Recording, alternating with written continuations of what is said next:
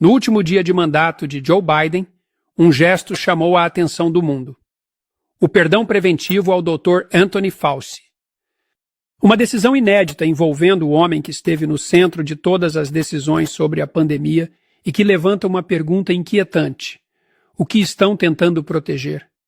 Enquanto isso, nos Estados Unidos, está sendo preparado um relatório explosivo sobre a pandemia. Esse documento promete expor não apenas a origem do vírus, mas também falhas graves na fiscalização de empresas americanas conectadas ao surto, fraudes em programas sociais e como o medo foi usado como uma ferramenta de controle. E adivinhe quem estava no centro de tudo isso? Dr. Anthony Fauci.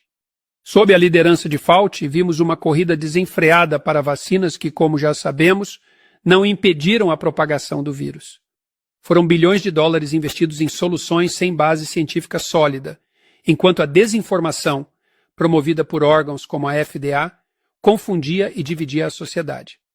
Médicos eram silenciados, dados científicos eram manipulados e qualquer voz dissonante era rotulada de negacionista. Mais do que isso, a pandemia se transformou em um negócio bilionário. A indústria farmacêutica lucrou como nunca, enquanto governos ao redor do mundo sufocavam suas populações com autoritarismo mascarado de ciência. Lockdowns, fechamento de escolas, destruição de pequenas empresas, tudo isso foi alimentado por decisões vindas diretamente da cartilha de Fauci. E agora, diante de um relatório que ameaça expor todas essas falhas e manipulações, surge o perdão preventivo de Biden. Será coincidência? Ou é uma tentativa desesperada de evitar que Fauci seja responsabilizado por tudo o que veio à tona? A verdade é que estamos falando de um esquema que vai muito além de erros de gestão. É sobre como o medo foi usado para manipular e controlar. É sobre como programas sociais foram fraudados enquanto empresas lucravam bilhões. É sobre como a ciência foi usada como escudo para autoritarismo e como a transparência foi substituída por narrativas convenientes. O relatório que está sendo preparado promete revelar tudo isso.